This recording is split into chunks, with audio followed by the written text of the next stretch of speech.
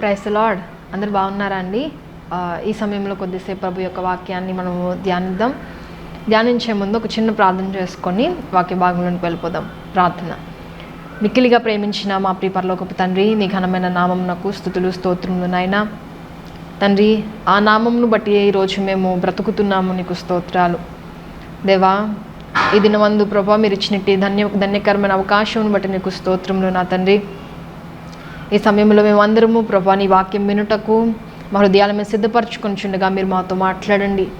ఏం మాట్లాడని ఆశపడుతున్నావో సూటిగా తేటగా మాతో మాట్లాడండి అయా. గంభీరమైన నీ హృదయాన్ని మాకు వినిపింపచేసి ప్రభా నీకు దగ్గరగా జీవించేటువంటి కృపను, అటు ఆశీర్వాదమును మా అందరికీ మీరు అనుగ్రహించమని ప్రార్థిస్తూ యేసయ్య అతి పరిశుద్ధమైన ఘనమైన శ్రేష్టమైన నామమును బట్టి అతి మిక్కిలి వినయముతో ప్రార్థించి అడిగి పొందుకుంటున్నాను నా ప్రియ పరలోకపు తండ్రి.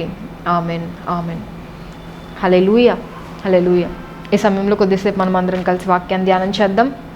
ఈరోజు దేవుడు మనతో మాట్లాడేటువంటి అంశం ఏమిటి అని అంటే, నీ ఇంటిలో ఏమి ఉన్నది. ఏంటండి? నీ ఇంటిలో ఏమి ఉన్నది. ఈ క్వశ్చన్ అడగడంగానే ఫర్నిచర్ గురించో లేకపోతే ఇంకా ఈలోక సంబంధమైన వాటి గురించో కాదు, కానీ ఆత్మ సంబంధమైన కోణంలో ఈరోజు దేవుడు ఈ వాక్యంలోంచి మనతో మాట్లాడబోతున్నారు కనుక దయచేసి వాక్యాన్ని చాలా శ్రద్ధగా ఆలకిద్దాం. దేవుడు మన లోతైన అనుభవాల్లోనికి నడిపించబోతున్నారు. రెండవ రాజుల గ్రంథం 4వ అధ్యాయము 2వ వచనం. ఎలీషా, నా వల్ల నీకేమి కావాలను, నీ ఇంటిలో ఏమి ఉన్నదో అది నాకు తెలియచెప్పుమనెను. సో ఇక్కడ ఈ వాక్య భాగంలో మనం చూస్తున్నాం ఎలీషా అనే ఒక ప్రవక్త మనం చూస్తున్నాం. అలాగే ఒక దైవ సేవకుడు లేకపోతే ప్రవక్త యొక్క శిష్యులలో ఒకని భార్య ఇక్కడ కనబడుతున్నారు కదండి. ఈ యొక్క స్త్రీ ప్రవక్త అయిన ఎలీషా దగ్గరికి వచ్చి ఏమని అడుగుతున్నారు అని అంటే, ఆ స్త్రీ యొక్క భర్త అంట ఎవరు ప్రవక్తకి దాసుడుగా ఉన్నాడు. అయితే ఆయన గురించి ఏమని రాయబడింది అని అంటే, అతడు యెహోవా యందు భక్తి గలవాడే ఉండేనని నీకు తెలిసే ఉన్నది. అంటే ఆ ప్రవక్త యొక్క దాసుడు ఎలాంటి వాడు అంటే అండి, భక్తి కలిగిన వాడు, యెహోవా యందు భక్తి కలిగిన వాడు.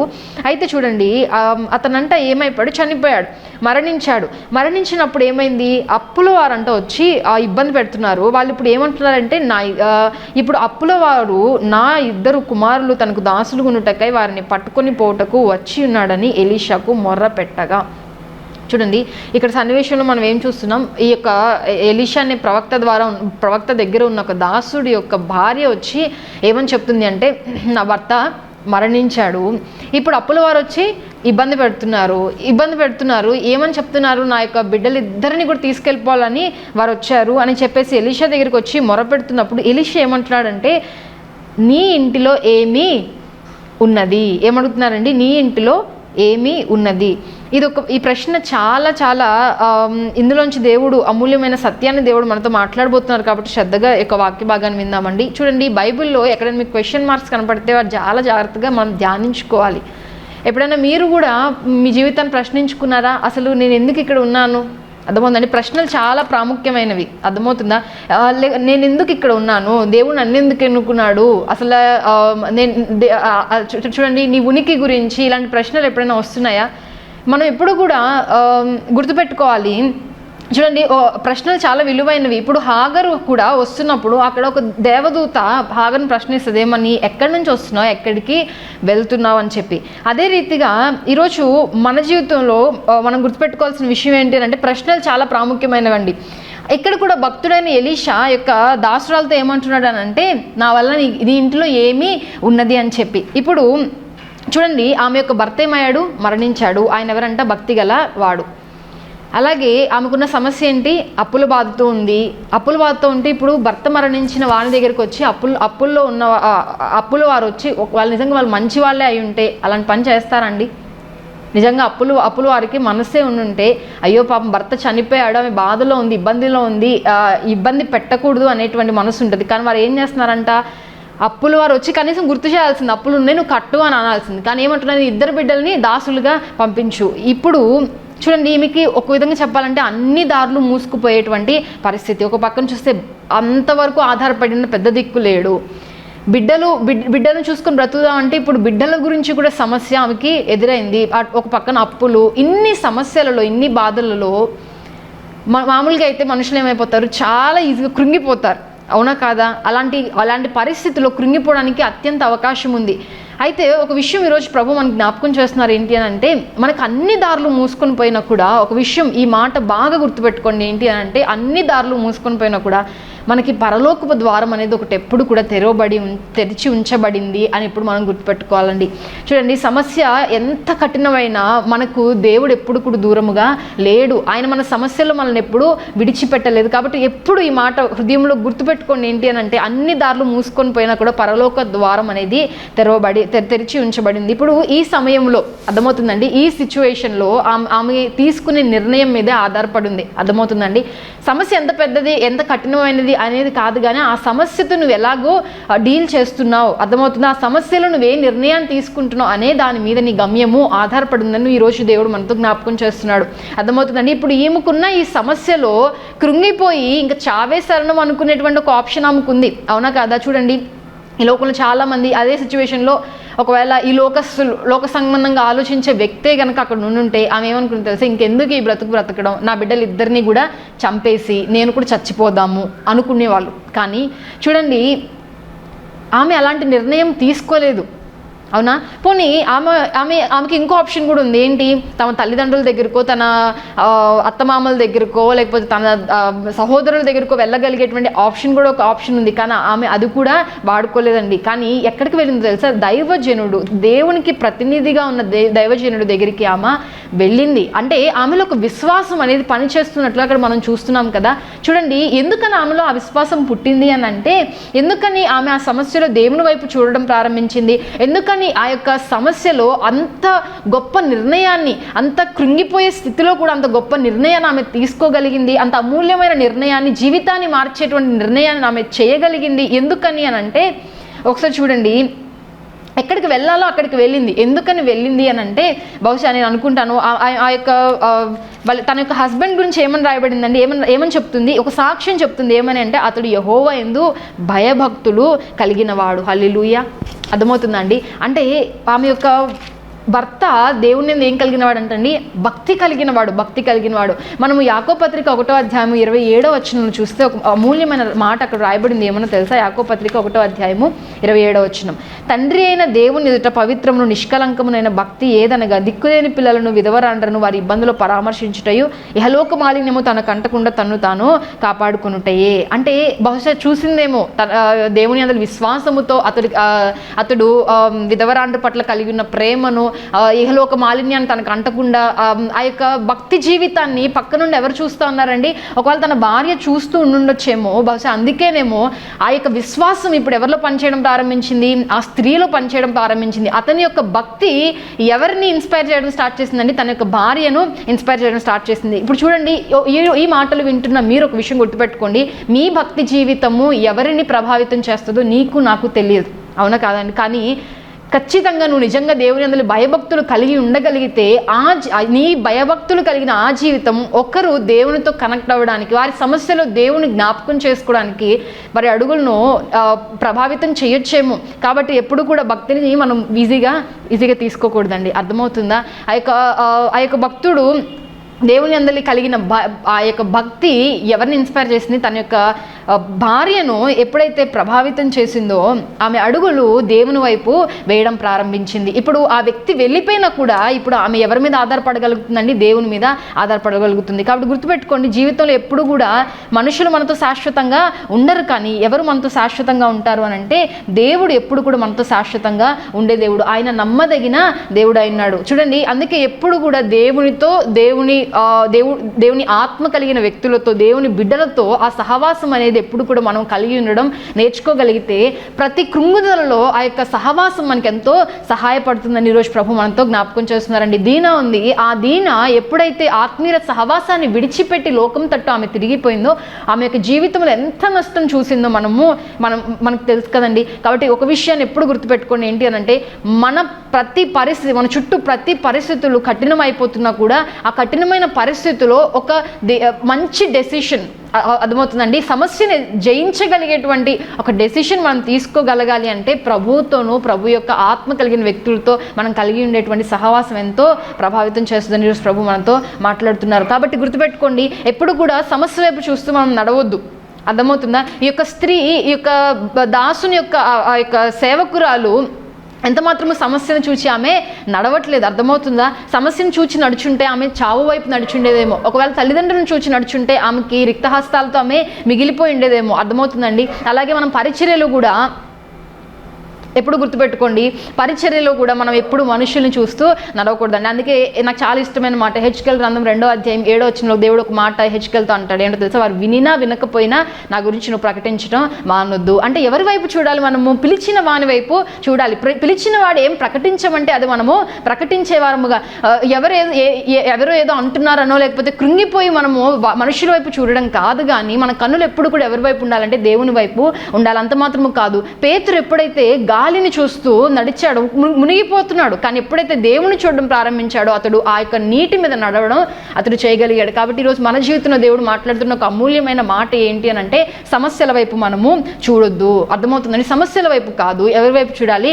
దేవుని వైపు చూడాలి. ఇప్పుడు ఈ సమస్యలు, ఇంత కఠినమైన సమస్యలు దేవుని వైపు చూడగలుగుతుంది అంటే ఒకటి గుర్తుపెట్టుకోండి, ఆమె భర్త యొక్క భక్తి జీవితం ఈమెను ఏం చేసింది? ప్రభావితము చేసింది. అర్థమవుతుందండి? కాబట్టి ఈరోజు నీ భక్తి జీవితం ఎవరిని ప్రభావితం చేస్తుందో నీకు తెలియదు, కానీ దేవునందుల భయభక్తులు కలిగి ఉండడం అత్యంత అవసరం. అయితే ఆమె ఎప్పుడైతే అంత అమూల్యమైన మంచి నిర్ణయాన్ని తీసుకుందో ఆమె అమూల్యమైన జవాబును కూడా పొందుకున్నట్లుగా మనం చూస్తున్నాం కదా. చూడండి, 2వ రాజుల గ్రంథం 4వ అధ్యాయము. ఇప్పుడు ఈ ప్రశ్న గురించి ఈరోజు కొంచెం లోతుగా ధ్యానం చేద్దాం. ఏమని అడుగుతున్నాడు ఎలీషా? నా వల్ల నీకేం కావాలను, నీ ఇంటిలో ఏమి ఉన్నదో అది నాకు తెలియచెప్పుము, నీ ఇంటిలో ఏమి ఉన్నదో అది నాకు తెలియచెప్పుము అని అడిగినప్పుడు ఆ యొక్క స్త్రీ ఏమంటుంది అని అంటే, ఏమంటుందండి? నా ఇంటిలో నూనె కుండ ఒకటి ఉన్నది, అది తప్ప మరేమీ లేదనేను. అర్థమవుతుందండి? ఎంత మంచి క్వశ్చన్కి ఇస్తున్న అమూల్యమైన జవాబు ఎంత అద్భుతంగా ఉంది అని అంటే, ఏముందంటే ఈ ఇంటిలో ఒక్క నూనె కుండ ఉందంట. అంత మాత్రమే కదా, ఆమె ఏమంటుంది? అది తప్ప మరి ఇంకా ఏమీ నా దగ్గర లేదయ్యా అని చెప్పిన తరువాత ఆ యొక్క భక్తుడు ఏదైతే చెప్పాడో దానికి ఏం చేసింది? విధేయతను చూపింది. విధేయత చూపిన తర్వాత సమృద్ధి అయిన అనుభవంలోనికి ఆమె రాగలిగింది. ఈరోజు ఈ మాటలు మనం కొంచెం లోతుగా ధ్యానిస్తున్నాం కనుక దయచేసి జాగ్రత్తగా ఈ మాటలు శ్రద్ధగా వినాలని మనకి చేస్తున్నాను. చూడండి, మొదటిగా ఆమె ఏం చెప్తుంది? నా దగ్గర ఏముంది? ఒక నూనె కుండ ఉంది, ఒక నూనె కుండ ఉంది. చూడండి, అస్సలు నూనె లేకుండా లేదు, ఒక నూనె కుండ మాత్రమే ఉంది. కానీ ఏం ఆశపడుతుంది? సమృద్ధిలోనికి రావాలని ఈమె ఆశపడుతుంది. అర్థమవుతుందని? ఈమె దగ్గర ఉన్న ఒక నూనె కుండ ఉంది, కానీ అదేం చేయట్లేదు? తనకున్న అవసరతను ఆ ఒక్క నూనె కుండ ఏం చేయలేకపోతుందండి? తీర్చలేకపోతుంది. తన దగ్గర ఉన్న ఒక్క నూనె కుండ తన అవసరత తీర్చడానికి సరిపోవట్లేదు. ఇది ఎవరు గుర్తించారండి? ఈ స్త్రీ గుర్తించింది. ఇప్పుడు ఇది బాగా గమనించండి. చూడండి, ఆమె ఏం చేసింది? తన యొక్క అవసరతను ఏంటో గుర్తించింది. అంత మాత్రమే కాదు, తన దగ్గర ఉన్నది ఆమెకి సరిపోవట్లేదు అని కూడా గుర్తించింది. ఈరోజు ఈ మాటలు చాలా చాలా ప్రాముఖ్యమైనవి, జాగ్రత్తగా ఉందండి. ఎప్పుడు గుర్తించింది? కరెక్ట్ టైంలో గుర్తించింది. అవునా కాదా? ఈ అవసరతను ఎప్పుడు గుర్తించింది? అందరూ వచ్చి మీద పడిపోయి పిల్లల్ని తీసుకెళ్ళిపోయి ఇంకా అంతా జరిగిపోయిన తర్వాత గుర్తించిందా? అయ్యో నాకు ఇంత అవసరం ఉందే అని గుర్తించిందండి? లేదు. సమస్య ఎప్పుడైతే ప్రారంభించబడింది వెంటనే ఏం చేసింది? ఈమె రియాక్ట్ అవ్వడం ప్రారంభించింది, రెస్పాండ్ అవ్వడం ప్రారంభించింది. అవునా కదా? చాలా చాలా పర్ఫెక్ట్ వెళ్ళి ఈమె రెస్పాండ్ అవుతా ఉంది. అవునా కదా? కరెక్ట్ టైమింగ్లో కరెక్ట్గా రెస్పాండ్ అవుతా ఉంది ఈమె. అవునా కాదా? చూడండి, ఇప్పుడు కొంతమంది కూడా ఇలానే అవసరతను గుర్తించుకున్నారు. అవునా? ఎవరంటే బుద్ధి లేని కన్యకులు వారి యొక్క అవసరతను గుర్తించారు. కానీ ఎప్పుడు గుర్తించారు? అన్నీ అయిపోయి అంతా అయిపోయిన తర్వాత గుర్తించారు. అప్పుడు ఏమన్నా జరిగిందా? వాళ్ళకే నష్టం జరిగింది కదా. అంత మాత్రమే కాదు, ఇప్పుడు ఒక ధనవంతుడు బేద లాజరు ఆ యొక్క స్టోరీలో కూడా మనం చూస్తాం కదా. ఆ యొక్క ధనవంతుడు ఏం చేశాడు? గుర్తించాడు. కానీ ఎప్పుడు గుర్తించాడు? అంత చేదాటి పరిస్థితిలో గుర్తించాడు. కాబట్టి మనం మన అవసరతను ఎప్పుడు గుర్తించాలంటే సరైన సమయంలో మనం గుర్తించగలగాలి. అర్థమవుతుందా? క్రీస్తు ప్రభువారు మనకు దగ్గరగా ఉన్నప్పుడే మన అవసరతను మనము గుర్తించి ఆయన హృదయంలోనికి మనము చేర్చుకోవాలి. ఇది మనం చాలా ప్రాముఖ్యంగా గుర్తుంచుకోవాల్సిన విషయం అండి. ఈరోజు చూడండి, నూనె ఈరోజు దేనికి సాదృశ్యం వాక్య భాగంలో నుంచి అని అంటే, నూనె ఎక్కడ మీరు తీసుకోండి, నూనె దేనికి సాదృశ్యం అంటే పరిశుద్ధాత్మునికి, అభిషేకానికి సాదృశ్యంగా మనం చూస్తున్నాం. అవును కదా? నూనె దేనికి సాదృశ్యం అండి? పరిశుద్ధాత్మునికి సాదృశ్యంగా ఉంది. ఈరోజు నేను ఒక ప్రశ్న అడగాలనుకుంటున్నా. ఎంతమంది పరిశుద్ధాత్మని యొక్క అవసరతను గుర్తిస్తున్నాం? ఈ ఆత్మీయ జీవితంలో మనం వేసే ప్రతి అడుగులో పరిశుద్ధాత్ముని యొక్క నడిపింపు లేనిదే మనం నడవడం అనేది అత్యంత అసాధ్యము. పరిశుద్ధాత్ముడు మనకి అత్యంత అవసరము అని ఈరోజు గుర్తు చేస్తున్నాడండి. మరి ప్రశ్న ఏంటి అని అంటే, ఎంతమంది గుర్తిస్తున్నాం? ఒక ప్రశ్న అడగనివ్వండి, ఎంతమందికి పరిశుద్ధాత్ముడు స్నేహితుడు? అర్థమవుతుందా? కాబట్టి చూడండి, మనము రక్షణ పొందుకున్నాం, అవునా కదా? రక్షణ పొందుకున్నాం. ఇప్పుడు మనం రక్షింపబడ్డాము, క్రీస్తు ప్రభువాన్ని సొంత రక్షకునిగా అంగీకరించాం. ఎవరు పరిశుద్ధాత్మని యొక్క సహాయం లేకుండా ఆయనే దేవుడు, క్రీస్తు ప్రభు వారి ద్వారానే రక్షణ కలుగుతుంది అని ఎవ్వరు కూడా విశ్వసించలేరు, అది ఒప్పుకోలేరు. కాబట్టి అక్కడ ఏం జరుగుతుంది? పరిశుద్ధాత్మని యొక్క క్రియ జరుగుతుంది. అవునా కదా? ఆ తర్వాత మనం పరిశుద్ధాత్మ అంటే బాప్టిజం తీసుకున్న తర్వాత ఏమవుతుంది? పరిశుద్ధాత్మని మనము పొందుకుంటున్నాం. ఆ తర్వాత ఏం జరుగుతుందండి? ప్రతిరోజు దేవుని సన్నిధికి వస్తున్నాం, వెళ్తున్నాం. అయిపోయింది. అంతేనా జీవితం? అంటే ఒక కుండతో సరిపెట్టుకుందామా?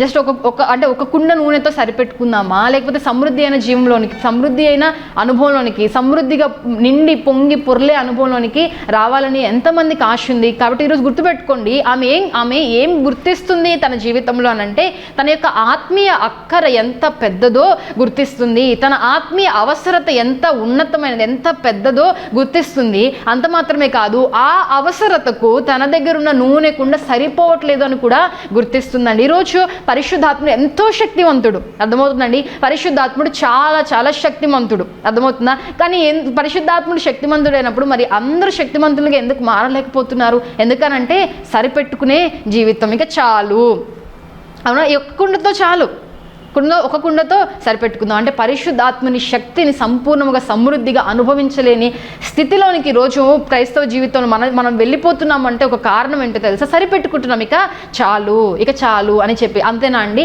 ఈరోజు ఒక విషయం గుర్తుపెట్టుకోండి, రాహాబు అనేటువంటి స్త్రీ నేను ఒక్కదాన్ని రక్షింపబడితే చాలు అనుకోలేదండి.